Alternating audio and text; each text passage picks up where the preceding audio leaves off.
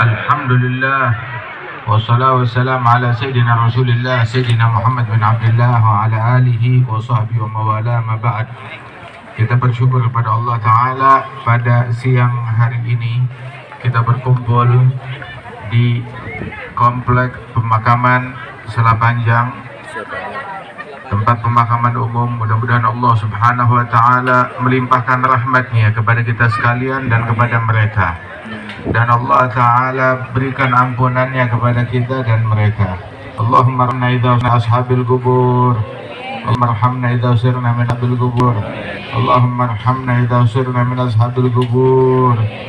Mudah-mudahan Allah merahmati kita apabila kita menjadi anggota mereka, orang-orang yang sudah dimakamkan tersebut.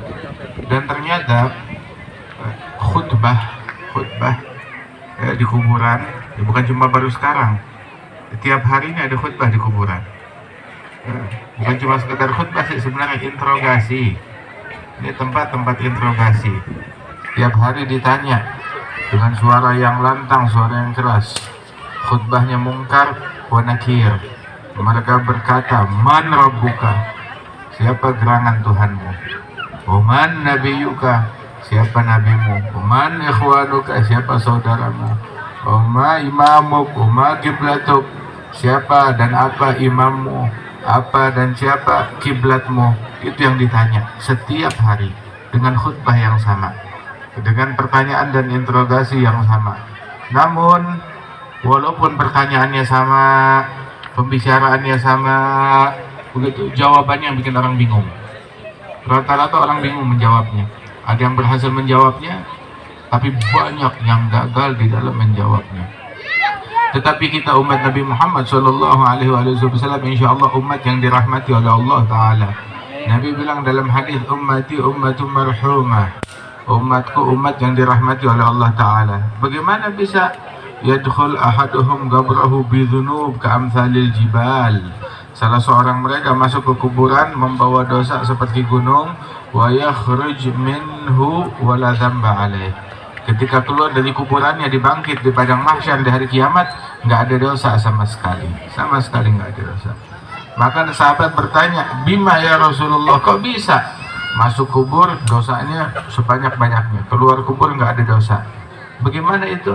Nabi bilang bistighfaril ahya, dengan istighfarnya orang yang masih hidup. Yang masih hidup ngirim doa, ngirim istighfar buat mereka yang udah meninggal dunia.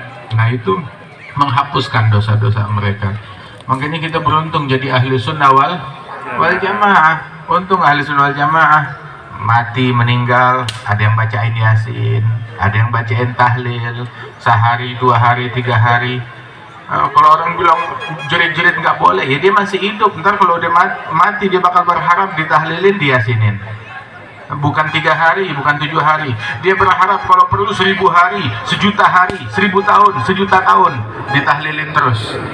Kenapa? Pahalanya ngalir ke mereka. Akan tetapi nah itulah, idza mata ibnu Adam inqata amaluh.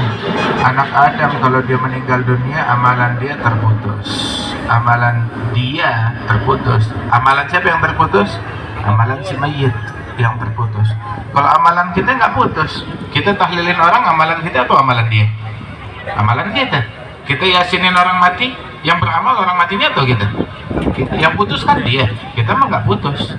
Nah terus kita doa, minta sama Allah Ta'ala, Allahumma ja'al wa awsil thawaba ma qara'na minal Qur'anil azim hadiah li fulan wa fulan. Jadi karena apa yang kita baca dari Qur'anil azim, pahalanya hadiah untuk fulan dan fulan. Bisa gak Allah memberikan itu? Bisa aja, anugerahnya Allah Ta'ala. Dan banyak para ulama yang menyebutkan bahwasanya sampainya pahala tersebut kepada orang-orang yang sudah meninggal dunia. Alhasil, dalam Sahih Al-Bukhari, Nabi Muhammad SAW melewati 2 pemakaman, 2 kuburan. Terus Nabi bilang, inna sahibai hadzal qabrain yu'adzaban. Penghuni 2 kuburan ini diazab oleh Allah Ta'ala dalam azab. Allah, mudah-mudahan Allah Ta'ala jauhkan kita dari siksa kubur, dari azab kubur. Ya Rabb, ya Rabb, ya Rabb. Nah itu penghuni 2 kuburan ini disiksa, diazab. dan mereka diazab bukan dalam hal yang besar menurut mata manusia, bala innahu kabir, padahal itu besar di matanya Allah Ta'ala. Amma ahaduhuma, yang satu diazabnya tahu gara-gara apa? Karena yamshi bin namimah, jalan kemana-mana tuh namimah. Tahu namimah? Ngadu domba orang. Kalau bahasa kita sekarang provokasi, bawa omongan ke pihak ini biar orang ini benci kepada ini, dengki kepada ini, ribut, berantem, memprovokasi massa dengan kata-katanya. Pergi kemana-mana melakukan bukan safari dakwah, safari namimah namanya. Safari hoax, safari namimah.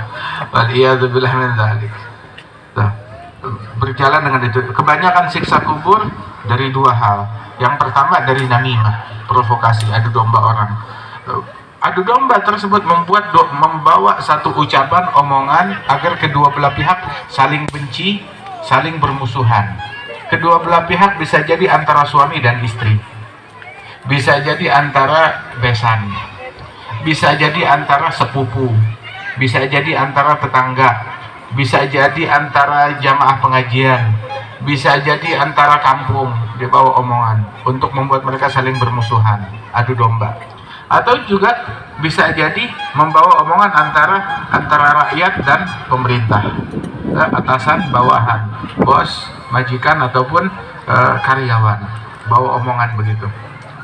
Nah itu provokasi, itu namanya namimah, adu domba. Nabi bilang la yadkhulul jannah al-gattat, yang tukang namimah, tukang adu domba ataupun tukang provokasi nggak bakalan masuk ke dalam surganya Allah Subhanahu wa Ta'ala.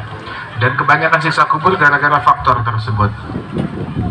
Dan provokasi nggak ada hubungannya sama dakwah, nggak ada hubungannya sama amar ma'ruf, nggak ada hubungannya nahi mungkar. Sebab amar ma'ruf nahi mungkarnya Nabi nggak pakai namimah, nggak pakai provokasi. Itu provokasi bukan kerjaannya Nabi Muhammad, bukan kerjaan pewaris Nabi Muhammad, itu kerjaannya iblis, kerjaannya syaitan. Waliyadzubillah min dzalik, bukan kerjaan Islam. Kemudian yang kedua itu siksa kubur. Yang satu lagi diazab kana la yastabri minal baul. Ketika dia buang air kecil, nggak memastikan kalau air seninya sudah tuntas, sehingga dia nggak memastikan baik dengan apa tanah nuh berdaham, ya, ataupun memastikan pokoknya udah tuntas air kencingnya. Tapi enggak, dia terburu-buru, dia berdiri lagi, dia pikir udah istinja, dia berdiri lagi, nggak tahu netes lagi di celananya. Nah itu najis bajunya. Kalaupun dia udah wudhu, ya wudhunya batal lagi. Kalau keluar setelah wudhu, kemudian juga sholatnya nggak sah. Nah kebanyakan siksa kubur karena dua hal ini. Nah kita perbaiki diri kita. Terus Nabi Muhammad tahu gak apa yang dilakukan Nabi? Nabi ambil ada satu ranting pohon, ya, yang ada di daunannya masih hijau, diambil oleh Nabi Muhammad, dipatahkan dua, satu ditaruh di kubur yang ini, satu ditaruh kubur yang ini. Terus Nabi bilang la'alla an yukhaffaf anhuma ma lam yaibasa, agar Allah Ta'ala meringankan azab kedua penghuni kuburan ini selama kedua tanaman ini yang masih hijau ini, kedua tanaman ini masih belum kering. Kenapa? Itu sebab tanaman yang masih hijau bertasbih kepada Allah Ta'ala. Kalau udah kering, udah mati, udah gak bertasbih lagi. Artinya apa? Tasbihnya ranting pohon manfaat buat orang mati, apalagi tasbihnya manusia. Zikir ranting pohon, berzikir ketika dia masih hijau, itu zikirnya memberikan manfaat buat orang yang diazab dalam kuburannya. Apalagi kalau yang berzikir kita, yang bertasbih kita. Makanya kesian ke kuburan, nggak boleh zikir, nggak boleh bilang la ilaha illallah, nggak boleh ngaji di kuburan. Kesian, mayit lu kesian, orang tua lu apes punya anak kayak lu. Apes orang tuanya punya anak kayak begitu. Sial orang tuanya punya anak kayak begitu. Bilang yang ngaji bukan lu tong, ya? Biarin deh orang lain ngaji, kita yang dapat manfaat. Pakai dilarang juga, udah gitu dibid'ahkan, disyirikkan. La ilaha illallah. Mereka punya anak kayak begitu tuh paling sial, punya keluarga kayak begitu paling sial. Amit amit, jangan sampai punya anak kayak begitu. Ngelarang, udah nggak manfaat buat orang tuanya, ngelarang orang ngasih manfaat buat orang tuanya. Nah itu Kita umatnya Nabi Muhammad SAW, ahlu sunnah wal jamaah beruntung. Ada yang tahlilin kita. Terus kenapa dilarang? Bid'ah syirik. Emang ada? Kita diperintahkan wadhkurullaha katsira. Berzikirlah kepada Allah Ta'ala, ya zikir yang banyak. Ada gak larangan di Quran atau di hadis zikir kepada Allah yang banyak kecuali di kuburan? Ada larangan? Nggak ada. Baca Quran, baca Yasin boleh kecuali di kuburan. Ngelarang baca Yasin di kuburan bid'ah. Sebab nggak ada larangan yang menyebutkan dilarang baca Yasin di kuburan, dilarang baca Quran di kuburan. Nabi nggak pernah ngelarang, Quran nggak pernah ngelarang, dan tidak ada larangan. Jadi kalau ada orang ngelarang baca Yasin di kuburan, baca Quran di kuburan, zikir di kuburan, bid'ah itu. Sebab dia melarang sesuatu yang tidak dilarang dalam syariat. Dia membawa larangan baru yang nggak ada dalam syariat. Kita diperintahkan zikir kapan aja, di mana aja. Baca Quran silakan, baca Quran. Tapi nggak ada yang menyebutkan bacalah Quran kecuali di kuburan. Tidak ada pengecualiannya, bebas. Kalau dia mau bawa pengecualian, dalilnya dari mana? Bid'ah, nggak ada satupun dalil. Kalau dia bawain dalil palsu. Waliyadzubillah min dzalik. Nah karenanya itu, alhamdulillah. Nah ini mereka orang tuh dulu tuh kalau masuk ke kuburan air mata bercucuran. Nabi sampai bilang zurul kubura fa innaha tudzakirukum al-akhirah. Ziarahin kuburan, tuh kuburan ngingetin kalian akan akhirat. Kita masuk kubur, bayangin, ini lagi diinterogasi malaikat, ini lagi ditanya oleh malaikat, begitu, ini lagi mikir jawabannya untuk malaikat bagaimana. Ada yang disiksa, ada yang diazab, ada yang dijepit dalam kuburan. Itu kata Nabi Muhammad SAW, "Lau yaslam ahad min dhaghdatil qabr, la yaslam Sa'ad bin Mu'adz." Kalau ada orang yang biasa selamat dari jepitan kubur, maka yang bakal selamat Sa'ad bin Mu'adz. Akan tetapi nggak ada yang selamat dari jepitan kubur. Wala anta Rasulullah, kecuali kata Nabi Muhammad, nah, mukmin, orang yang beriman, orang yang taat kepada Allah, itu di kuburannya juga dijepit juga. Dijepit bagaimana? Dijepit sama bumi, sama tanah, dihimpit. Kalau mukmin itu dijepitnya itu seperti bumi itu bagaikan ibu, seperti ibu menyambut anaknya yang udah lama nggak kelihatan datang, nah dipeluk dengan erat, dengan kencang, nggak melukai. Tapi kalau orang yang tukang maksiat, orang yang kafir, yang munafik, ketika masuk kubur dijepit sama kubur, itu sampai tulang rusuknya saling bersilangan. Waliyadzubillahi min dzalik. Ini di kuburan luarnya indah, tertata, terawat, dalamnya maaf apa namanya, yang udah membusuk. Bangkai manusia itu bangkai yang paling bau, bangkai yang paling menjijikkan. Bangkainya manusia, bangkainya nggak ada. Bangkai manusia dibiarkan tergeletak di jalanan, orang jijik. Kalau bangkai tikus, nah biarin aja, nggak terlalu mengganggu. Tapi bangkai manusia di jalanan sangat mengganggu, menakutkan, dan paling busuk. Terus bangkainya tuh dikubur, kuburnya dalam-dalam lagi. Luarnya tertata, tetapi dalamnya itu mayat, jenazah, manusia yang dulu berkeluarga sama seperti kita, makan sama seperti kita, minum sama seperti kita, tertawa sama seperti kita. Itu ulama bilang kam min dhahikin mil'a fih wa kafanuhu yuqta'u indal ghassar. Berapa banyak orang yang tertawa terbahak-bahak di saat yang sama kafannya tuh lagi dipotong di tukang potong, di tukang bahan. Di saat yang sama dia lagi terbahak-bahak. Artinya dia mati, dia pakai kafan yang sama, yang waktu diguntingnya lagi diukurnya, pas dia lagi ketawa ngakak. Berapa banyak ya begitu. Itu beberapa ulama itu kalau dia masuk ke dalam kuburan itu dia duduk termenung berlinang air mata. Kemudian tahu-tahu dia gelar sejadahnya, dia sholat di tengah-tengah kuburan. Kok sholat di tengah-tengah kuburan? Maka dijawab, ya bagaimana ya? Tahu-tahu pengen aja sholat di tengah kuburan.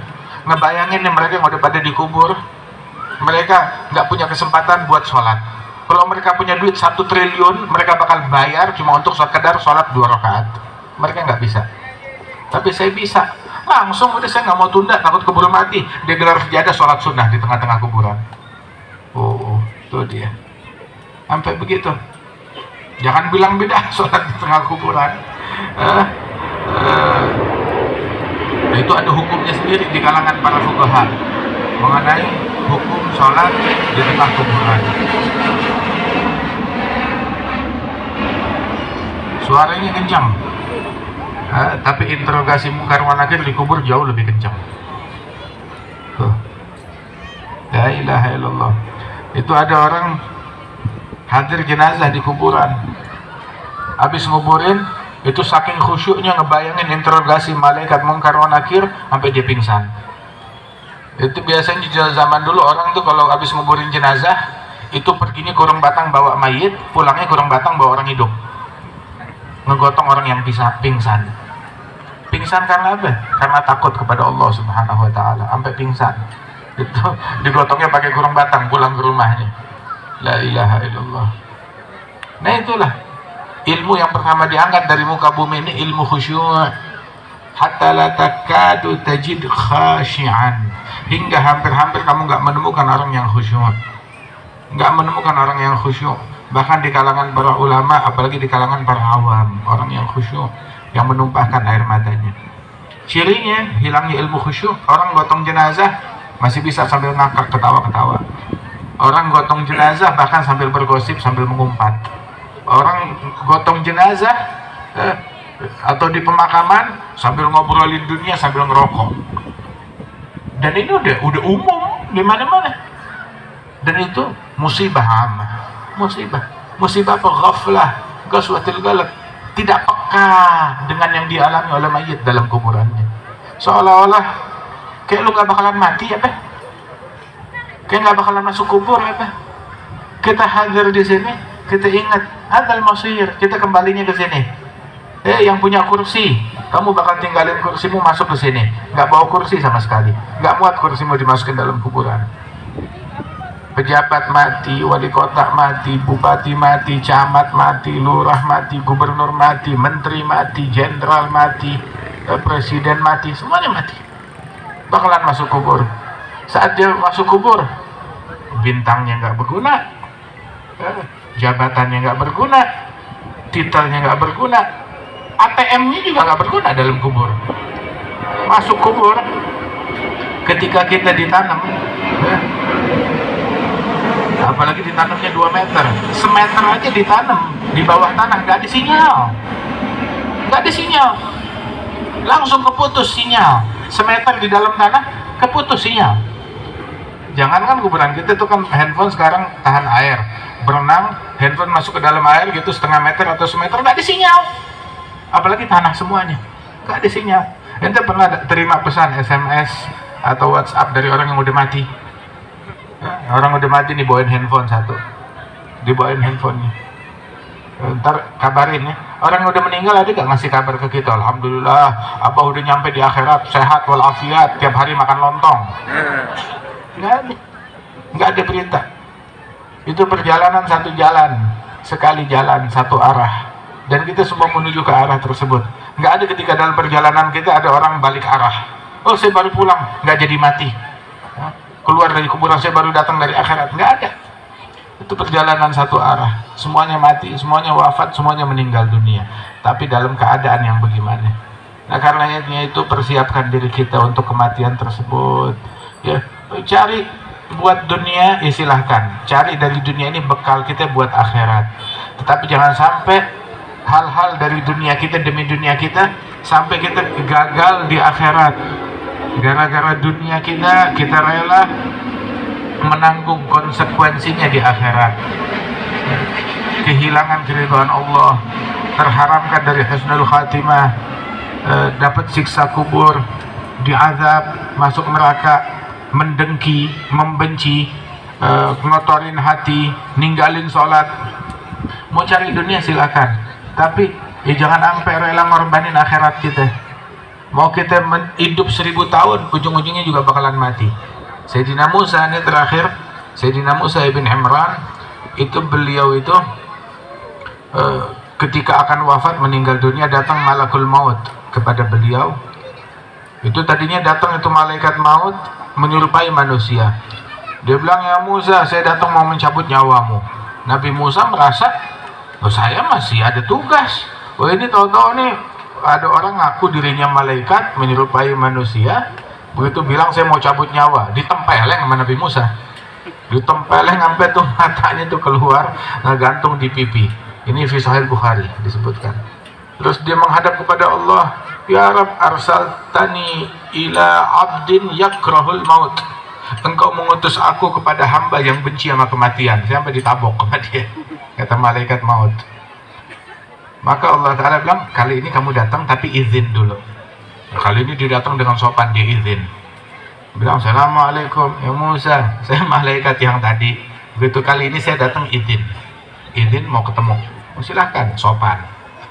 Kemudian ada gitu, dia bawa kambing atau banteng. Dia bawa ke hadapan Nabi Musa. Saya datang, Allah Ta'ala bilang kepadamu, saya diutus oleh Allah. Allah bilang, usapkan tanganmu ke mana namanya, ke banteng ini atau ke domba ini. Setiap satu helai rambut yang dilalui oleh tanganmu, maka ditambahkan dari umurmu 1 tahun. Terus sekali usap bisa berapa ribu? Sekali usap bisa 2.000, bisa 3.000. Setiap helai ditambah yang tersentuh tanganmu, ditambahkan 1 tahun dari hidupmu. Terus Nabi Musa cuma cerdas. Nabi Musa bilang, summa madza? Setelah 1.000 tahun saya lalui, 2.000 tahun, 3.000 tahun saya lalui. Terus apa? Summal maut. Setelah itu ya mati. Mati tetap. Mau hidup 1.000 tahun, 2.000 tahun, ujungnya juga tetap mati. Maka Nabi Musa, kalau emang ujungnya seperti itu, faminal kalau gitu ya sekarang deh, ayo, gak usah nunggu ntar. Nah, dicabut nyawanya, meninggal saat itu juga. Ala Nabi wa alaihi afdhalus shalah wa azka taslim. Nah itu Sayyidina Musa. Nah karenanya itu al-umur fanin wa intal, la budda min karatis sam wal ghait tumsi aramil minna wa atfaluna itam wa nadhkur ayyam kunna ka'anna hadghath ahlam nandam ala ma fa'alna wa la yufidut tanaddam. Itu ulama bilang dalam syairnya, Sayyidina Al-Adni mengatakan, umur itu fana walaupun panjang, walaupun tidak dikasih seperti umurnya Nabi Nuh, tapi itu fana, bakalan habis, bakalan hilang semuanya. Setelah umur berlalu kita mesti mencicipi kematian. Jangankan kita, Nabi Muhammad, makhluk yang paling dicintai oleh Allah Ta'ala, Allah Ta'ala bilang innaka mayyit wa innahum mayyitun. Engkau bakalan mati, mereka semuanya bakalan mati. Ada satu orang hadir jenazah di zaman Hasanul Basri, semua yang hadir jenazah pada nangis. Kebetulan dia dari luar kota, lewat di Baghdad, di Basrah, hadir jenazah, semuanya nangis. Dia nanya, ya Imam, nanya ke Hasanul Basri, siapa mayitnya? Kok semua orang menangisi dia? Siapa mayitnya? Sultan kah? Raja kah? Ulama kah? Kok semuanya nangis? Maka Hasanul Basri bilang, tahu kenapa mereka nangis? Tahu mereka nangis kenapa? Sebab mayitnya adalah anta mayyit wa ana mayyit wa haula kulluhum mayyitun. Mereka menangis karena mereka merasa mayitnya adalah kamu, saya, dan mereka semuanya merasa jadi mayit karena ingat kematian. Sehingga begitulah mereka meninggal dunia. Alhasil kita hadir di sini bertetanggaan nih sama tetangga-tetangga kita ahlul kubur. Mereka bilang nih, kalau mereka bisa ngomong sekarang, selagi lu masih bisa sholat, lu sholat. Selagi masih bisa puasa, lu puasa. Selagi masih bisa sedekah, lu sedekah. Selagi masih bisa zikir, lu zikir. Taubat dari sekarang, mumpung masih sempat. Kalau lu udah kayak gue, lu gak bakalan bisa ngapa-ngapain lagi. Mereka kalau punya dunia seisinya, untuk nebus bisa balik 5 menit atau 2 menit atau semenit aja bisa balik ke dunia, mereka bakalan bayar. Cuma nggak bisa. Kita bisa. Kita masih bisa sholat, masih bisa zikir, masih bisa ngaji. Ayo selagi masih bisa, bakti sama orang tua, bakti, silaturahmi, jangan diputusin, jangan maksiat, jaga mata dari yang haram, jaga mulut dari yang haram, jaga tangan dari yang haram, jangan makan yang haram, jangan ngambil haknya orang, jangan ngambil haknya orang, jangan ngambil haknya orang. Itu dosa yang paling berat nih, yang dialami nih oleh orang-orang ahli kubur, yang paling berat bukan yang antara mereka dengan Allah, tapi yang ada kaitannya sama haknya manusia. Itu yang berat. Ngambil tanah orang, ngambil harta orang, nahan atau ngambil warisannya orang, belum dia bagi, belum dia kasih. Yang paling berat. Seandainya ada satu orang tuh di zaman Nabi Isa bisa ngidupin mayit, dihidupkanlah satu mayit oleh Nabi Isa, maka didapati itu mayit yang dikenal udah dikubur 80 tahun, matinya muda. Begitu dibangkit utuh lagi tapi rambutnya udah putih semua. Bilang, kamu perasaan waktu dikubur kamu masih muda? Kata orang tua di situ. Bilang, iya saya masih muda, tapi begitu dibangkit saya kira ini hari kiamat. Padahal Nabi Isa yang ngebangkitin dari kubur, bum, biiznillah, bangun dari kubur dengan izin Allah.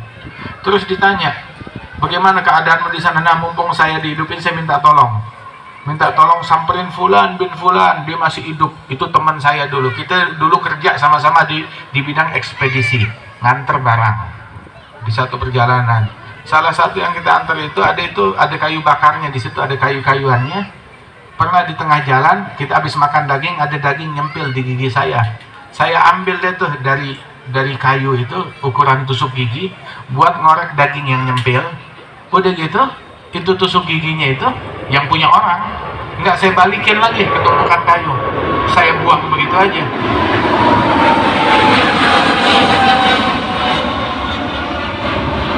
Saya buang begitu aja itu tusuk gigi.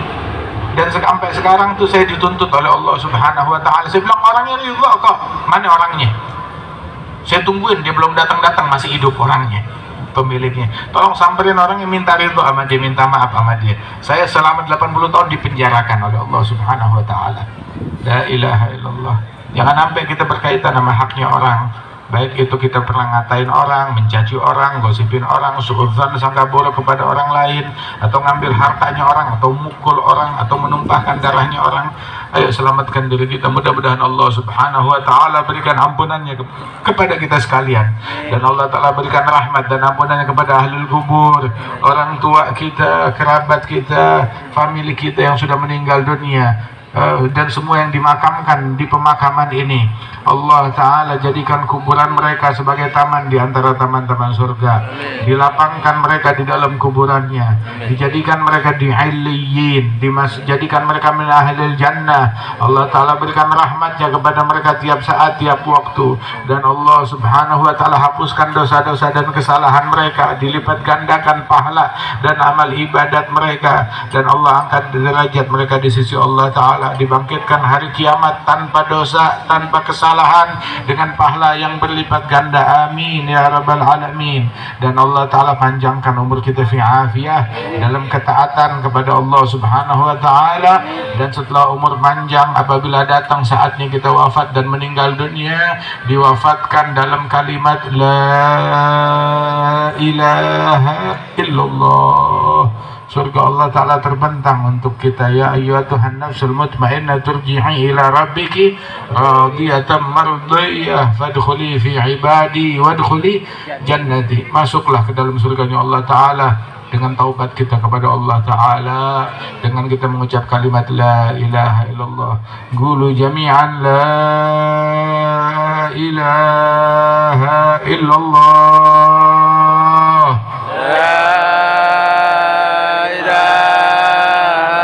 Illallah. La ilaha illallah. La ilaha illallah. La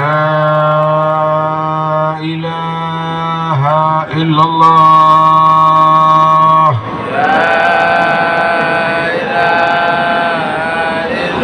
Muhammadun Rasulullah sallallahu alaihi wa alihi wasallam. Alaiha nahya wa alaiha namut, alaiha nab'ath insyaallah ta'ala minal aminin, minal aminin, minal aminin alladhina la khawfun alaihim wa la hum yahzanun birahmatika ya arhamar rahimin.